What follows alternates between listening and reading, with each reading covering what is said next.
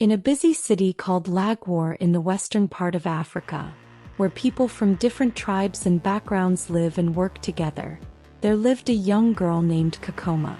She was one of the most beautiful girls anyone had ever seen. Her skin was as smooth as fine silk, and her smile could brighten even the darkest room. Kokoma was the pride and joy of her parents, and she was their only daughter. Her father, Paul, wasn't just any pastor. He was one of the richest and most respected pastors around. People looked up to him, and his church had branches in many cities. But because of his work, he was always traveling and barely had time to spend at home. Her mother, Somto, was not only beautiful and godly but also a successful businesswoman. She owned the biggest fabric store in the city, and like her husband, Somto was always busy, juggling her time between her business and helping Paul run the church. They were so busy that they had very little time left for their daughter, Kakoma. Kakoma was only 13 years old, but she was wise and mature for her age. She was intelligent, observant, and very curious about everything around her. This curiosity helped her excel in school as she loved learning new things. Although she was the daughter of a famous and wealthy man, Kakoma was humble and down to earth.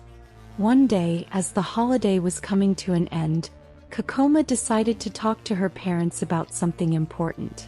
She wanted to change her current school to a school outside the city. She knew this would surprise her parents, so she carefully thought about how to bring it up. At dinner that evening, Kakoma cleared her throat and said, "Daddy, Mommy, I have something important to tell you." Paul looked up from his plate, his eyes softening as he gazed at his daughter.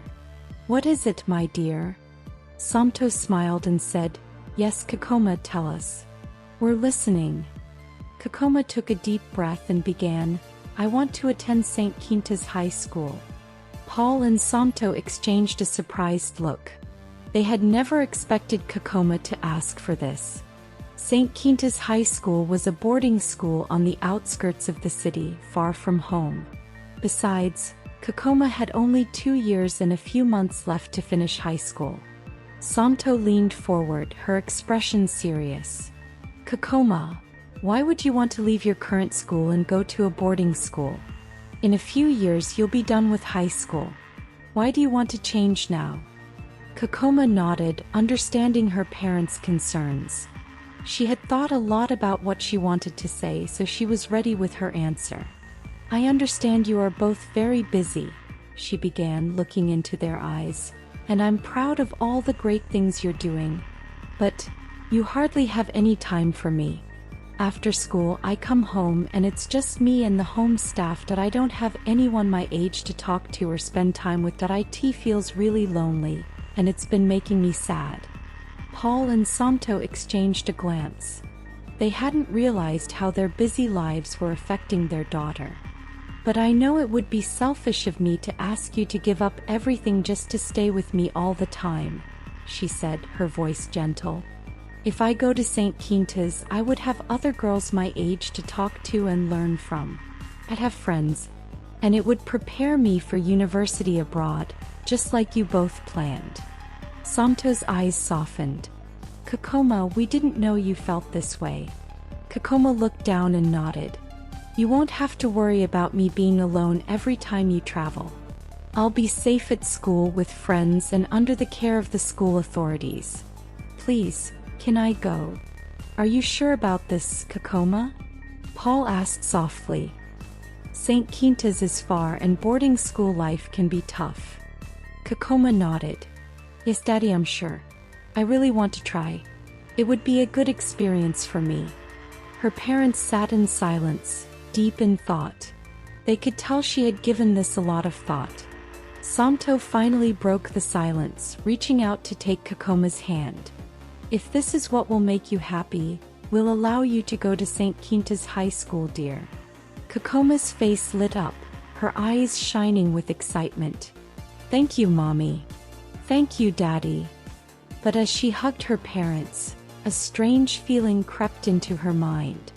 She couldn't explain it, but the thought of St. Quinta's filled her with a mix of excitement and a strange sense of fear. It was as if something was waiting for her there, something she couldn't yet understand. Paul and Somto, impressed by Kakoma's maturity, agreed to let her go to St. Quinta's high school. What they didn't know was that behind Kakoma's polite request, there was a hidden mission, a mission she couldn't share with anyone yet. She was determined to find her friend, Eerie. After the decision was made, Paul and Somto arranged everything quickly, thinking this would allow them to take longer trips without worrying about Kakoma's safety. They trusted that within the walls of St. Quinta's she would be well protected. But they had no idea of the danger Kakoma was walking into. The rain poured heavily outside as they drove through the streets. Kakoma sat quietly in the backseat of her father's car, listening to the rain beat against the window like it was tapping a warning. She could barely see the road as water streamed down the glass. Her heart was pounding as she thought about her plan and the real reason she left her old school to come to this new one. Today was her first day at St. Quinta's, and while most girls would be excited or maybe nervous, all Kakoma could think about was Eerie. Eerie, almost 2 years older, wasn't just a friend. She was like an elder sister to Kakoma. They had been classmates at their old school until Eerie had to drop out because her family couldn't afford the fees anymore. Eerie's father was a pastor of a small church, and her mother now sold fruits at the street corner to make ends meet. Despite everything, Eerie always wore a smile and was there for Kakoma when she needed her. Eerie's parents had managed to get her a scholarship to attend St. Quinta's high school. Kakoma remembered how happy Eerie was to go back to school, even if it meant being away from home. But something had changed after that first term. When Eerie came home for the holiday, she wasn't herself. Kakoma could see it. Eerie looked worried, even scared. Kakoma recalled their last conversation vividly. Kakoma had visited her one afternoon. She was looking tired and on edge. They sat together in the room. "Kakoma," Eerie had said, her voice soft, "I need your help." "Of course, Eerie. What's wrong?" "You know you can talk to me," Kakoma had replied, concern filling her voice. Eerie hesitated.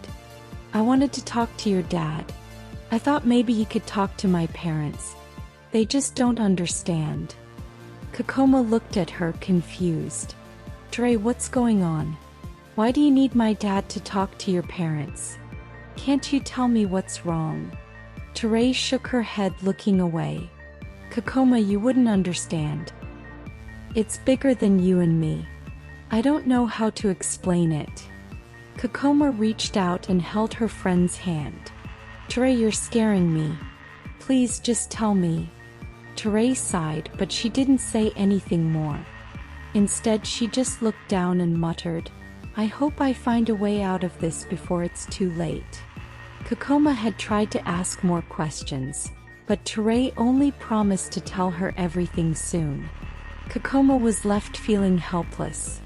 She promised Eerie that as soon as her father came back from his trip, she would tell him about Eerie's strange request. But that day never came. The next week, when Kakoma went over to Eerie's house, she learned that Eerie had already gone back to school. Kakoma felt a strange, uneasy feeling in her stomach. Something didn't feel right. And then when the next holiday came, Eerie didn't come home. Weeks turned into months and there was still no sign of Eerie. One day, Kakoma went to visit Eerie's mother. She looked tired and worn, her eyes red from crying. "Kakoma," she began softly, "did Eerie tell you anything? Anything at all?" Kakoma hesitated. She was acting strange, Ma. She said she needed help, but she didn't say why. Eerie's mother broke down, tears streaming down her face. "They said she ran away, Kakoma. She left a letter saying she was leaving with her boyfriend and that she was pregnant, that she was in love and not to look for her." Kakoma was stunned. "Eerie? With a boy?" she whispered, disbelief in her voice. Teray had never mentioned any boy to her, and Kakoma knew Teray well. If there was someone that serious in her life, she would have shared it. Ever since that day, Kakoma couldn't shake the uneasy feeling that something was wrong. The nightmares began shortly after. In her dreams, Teray appeared, her face filled with fear, begging Kakoma to help her. The dreams came so often that Kakoma knew she couldn't ignore them anymore. She had to find out what happened to her friend, and she was sure that St Quinta's high school held the answers. Now, as they drove toward the school, Kakoma's mind raced with thoughts of Teray. Grateful that her Aunt Mabel was sitting in the front seat. Her parents couldn't take her to school because they had to leave on an urgent trip. She glanced back at her. "Are you okay, Kakoma?" Aunt Mabel asked gently.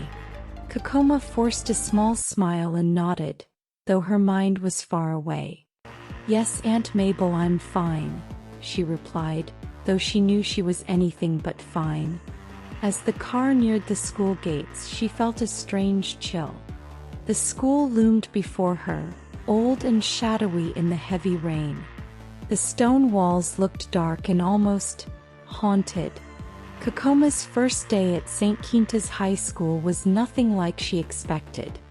As one of the 12 new boarding students, she followed the others to the hostel, where they were introduced to Ms. Matilda, their house mistress. Ms. Matilda was tall, with a kind smile that put them at ease. Her very pretty face and calm voice made Kakoma feel a little less nervous about being in a new school. "Welcome, everyone," Ms. Matilda said warmly. "I know this is a new experience for many of you. Don't worry, you'll soon feel right at home here." Kakoma nodded along with the others as Ms. Matilda asked about their families, their parents' jobs, and even their religious beliefs. She took her time, and Kakoma noticed that she listened carefully to each student, smiling encouragingly when some seemed shy or unsure. Afterward, Ms. Matilda clapped her hands together and called a senior student, a tall girl named Patricia, who looked about 2 or 3 years older than Kakoma. "Patricia," she said, "please show them to their rooms and help them get settled." "Yes, Ms. Matilda," Patricia said with a smile, gesturing for the new students to follow her. "Come with me, everyone." They walked down a long corridor until they reached a big room filled with bunk beds. The room was tidy, but things looked a bit messy here and there, like blankets and bags scattered around. Kakoma was assigned a bunk near the window, and she was happy to see a nice view of the school garden. She was still trying to adjust to her new room, carefully arranging her things on her small bed when a loud voice suddenly cut through the room. "All juniors, line up." The voice commanded. A tall senior girl stood by the doorway, her arms crossed and a fierce look in her eyes. Kakoma looked around, confused and unsure of what to do, as she was the only new student assigned to the room. She watched as some students quickly jumped down from their bunks and hurried to stand in a line, looking tense and nervous. She hesitated for a second, trying to figure out what was happening, but before she knew it, the senior girl strode up to her, her face twisted in irritation. "Are you deaf?" The girl snapped, her eyes narrowing. Kakoma opened her mouth to say something, but before she could, a sharp slap landed on her cheek. "Didn't you hear me call all juniors?" the senior said angrily, her face inches from Kakoma's. Kakoma's cheek burned and her eyes filled with tears. Kakoma's eyes filled with tears. I didn't know," she stammered, but another slap cut her off. "Next time when you hear all juniors, you don't ask questions. You get up and you line up. Understood?" Kakoma nodded, still shocked, her hands shaking as she rubbed her sore cheek. Yes, I understand," she whispered. "Good. Now go join the line," the senior ordered. She quickly joined the queue, still shaken, and tried to hold back her tears as she looked at the other juniors, who all seemed as scared as she was, not daring to say another word. The senior girl returned to the front of the line, eyeing each of them. "Now listen up," she commanded, pointing as she paced back and forth before them. "First junior, go get me cereal. Second junior, I want cold water. Fifth junior, get me cookies. And you, the last junior," she said, pointing at Kakoma, "come to my room and get my dirty clothes to wash." Kakoma felt her heart sink. Washing someone else's clothes? She had never done that before.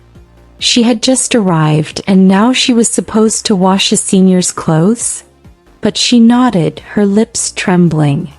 The senior smiled wickedly. "Good. Now don't keep me waiting. If I don't get my clothes back dry and clean by evening, you'll regret it." After the senior left, a few of the other juniors gathered around her, trying to comfort her. "Don't worry, that's how things are here," one girl said. "Some seniors act like they own the place, but not all of them are like that." "Yeah," another girl chimed in. "It's their way of welcoming us to St. Quinta's. You'll get used to it, eventually." Another girl added, pointing to the senior's room, "You should hurry to her room. If you're late, she'll get angrier." Kokoma wiped a stray tear from her cheek and took a shaky breath. "Thanks," she said, her voice barely a whisper. With her heart pounding, Kokoma walked down the dim hall, her footsteps echoing. She found the senior's room, took a deep breath, knocked on the door and entered the hall. The senior handed Kokoma a bundle of clothes. "Make sure you wash everything properly. No stains, you hear me? I want these back by evening, dry and clean. No excuses." Kokoma nodded, trying to keep her face expressionless. She could hardly believe what she was seeing. Some of the clothes were stained and they smelled bad. She felt sick to her stomach, but she didn't have a choice. She would have to find a way to wash them. "Remember," the senior warned, her voice cold, "if those clothes aren't back in my room by this evening, you'll regret it." As Kakoma walked away, her hands trembling, she wondered how she was going to make it through this. She missed her parents, her old friends, and even her home. A tear slipped down her cheek. One of the other girls saw her walking back and gently touched her shoulder. "Welcome to our life," she said, trying to smile. "Just try to survive the first few weeks. It gets easier." Kokoma forced a small smile, but deep down she wasn't so sure. The bullying at St. Quinta's continued every day for Kokoma.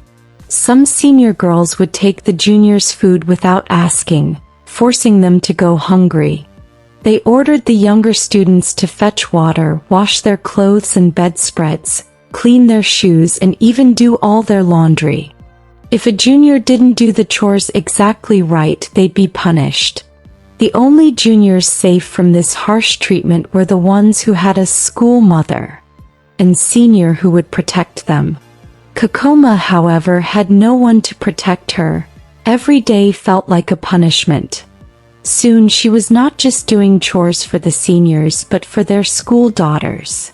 She couldn't focus on class, she barely had time to eat, let alone study. She grew thinner and quieter, she was unhappy. Most nights she cried herself to sleep. She thought about telling Miss Matilda, their housemistress, about the bullying, but she was too scared.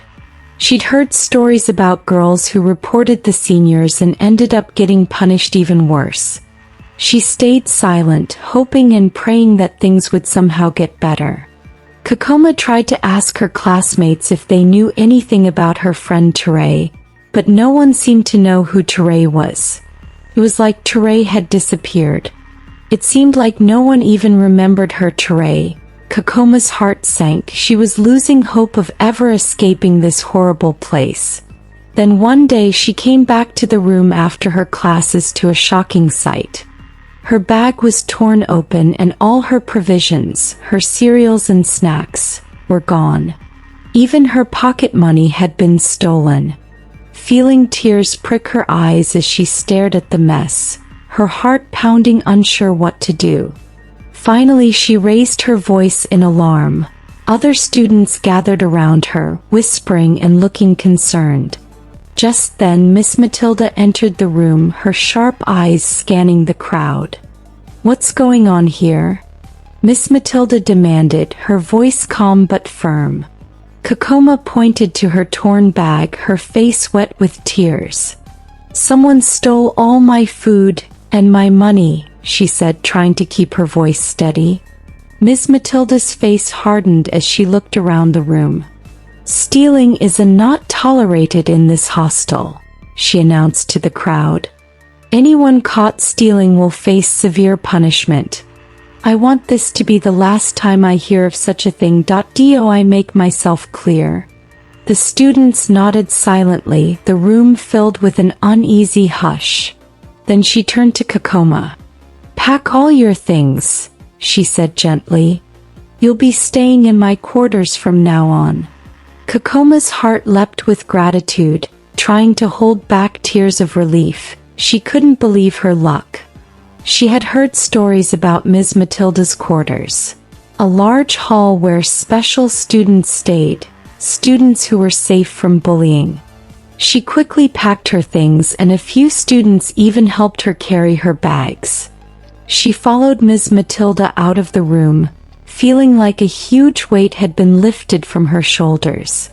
She silently thanked God that the punishment from the seniors would finally end.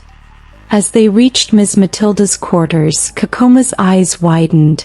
The hall was long and clean, with neatly arranged bunk beds spaced neatly apart. It was organized, peaceful, and filled with very beautiful girls. All of them were dressed differently from the other girls, wearing neat and colorful outfits instead of the regular hostel clothes. Miss Matilda called the girls over and introduced her to them. The girls looked at her with intense, piercing stares, and Kakoma felt a chill down her spine. She couldn't quite understand why she felt so uncomfortable, but something about their looks made her nervous. Then a tall girl around 16 years old stepped forward, smiling softly. "Hi," she said in a gentle voice. "I'm Sharon, the hostel prefect. I'll be your school mother here." Kakoma managed a small smile, feeling a mixture of relief and nervousness. Sharon seemed nice and she led her to a freshly made bed, motioning for her to settle in. Kakoma nodded, setting her things down.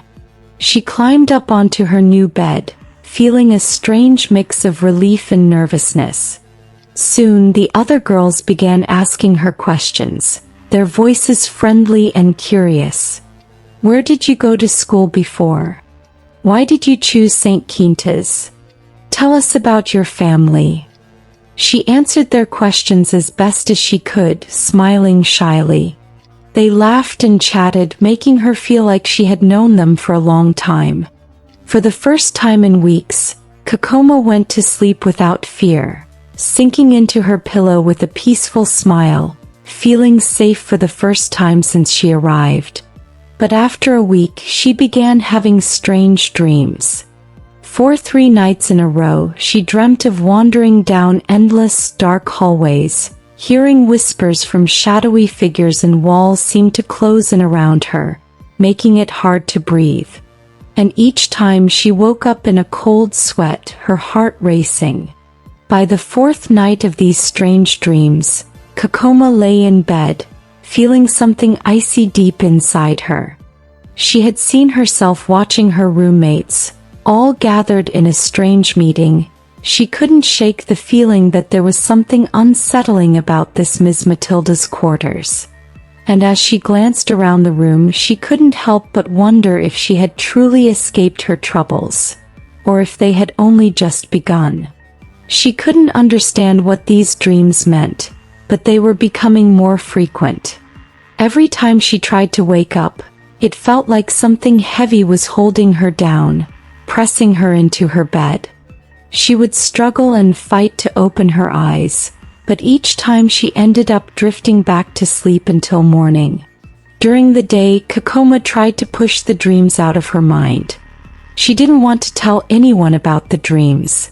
After all, thanks to Ms. Matilda and Sharon, her life at St. Quinta's had become much easier.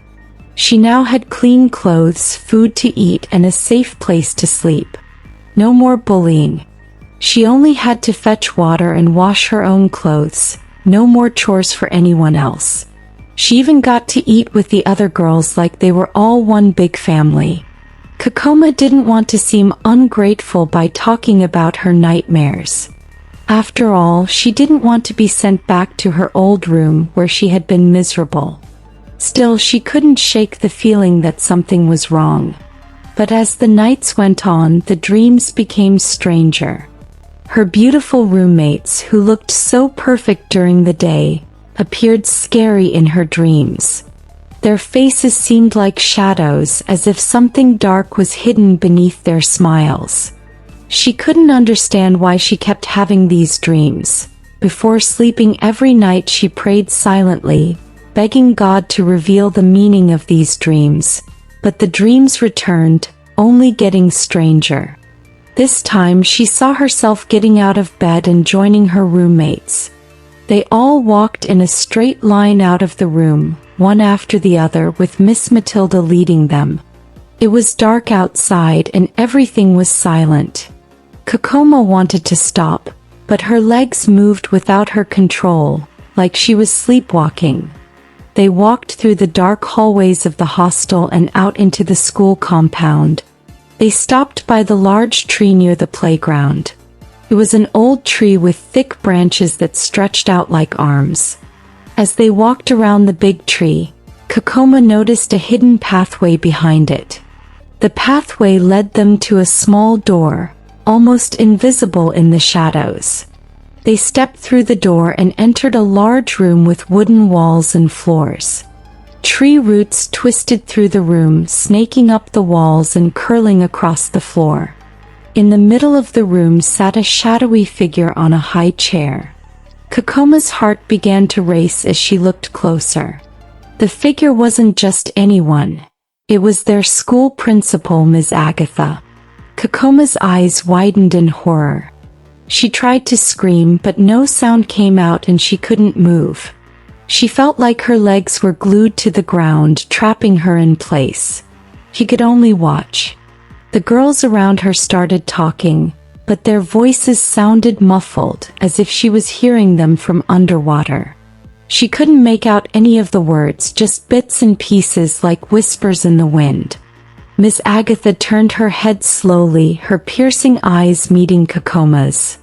She gave a twisted smile, one that made Kakoma's blood run cold. Then Miss Matilda spoke in a low, cold voice. "Welcome, girls. It's time to prepare." Suddenly, the senior girls walked into a smaller room off to the side. Kakoma watched as they disappeared, frozen in place, wondering what was happening. Moments later, they came back, wearing tight and short dresses, the skimpiest dresses Kakoma had ever seen. They looked completely different, with heavy makeup covering their faces, wigs of long, curly hair covered their heads, under more like grown-ups. Kakoma stared, her mouth slightly open in shock. Miss Matilda nodded at the seniors, who lined up again and then led them out of the room. As Kakoma tried to make sense of what she was seeing, she felt a hand on her shoulder. She looked up and there was Miss Agatha, her face serious and cold. She held a small cup filled with a thick, dark liquid that smelled awful and pushed it toward Kakoma. "Drink this," she commanded, her voice echoing in the room. Kakoma shook her head slightly and tried to pull away, but she couldn't resist. Her hands reached out on their own, taking the cup. She hesitated, but a strange force seemed to urge her to lift the cup. Slowly she brought the cup to her lips and took a sip. The liquid tasted horrible, bitter and thick, but she swallowed it down. As soon as she finished, the juniors surrounding her began to chant, their voices low and their eyes glowing strangely. "Welcome, Kakoma. Welcome to our home," they whispered, their voices blending together. The words sounded strange and haunting. Kakoma's head spun, her vision growing blurry. The room around her seemed to twist and shift, and she felt herself sinking into darkness. She tried to fight it, but everything felt heavy. She could hear the girls chanting around her, but everything started to fade, and before she knew it, she was falling into a deep, dark sleep. Kokoma woke up the next morning in her bed, feeling strange and heavy. She sat up slowly, looking around the room. Her roommates were laughing and chatting, getting ready for the day like everything was normal, like nothing was wrong. Kokoma's heart pounded. She hoped last night was all a dream, a nightmare, but deep down she knew what happened was real. She wanted to scream, to tell someone, but she was scared. "What have I gotten myself into?" she thought, feeling a chill run down her spine. "I'm in the den of witches." She looked at herself in the small mirror by her bed. Her own eyes looked back at her, but something was different. They seemed darker, like there was a shadow hiding behind them. She whispered to herself, "There's something wrong with this place. There's more to St. Quinta than anyone knows."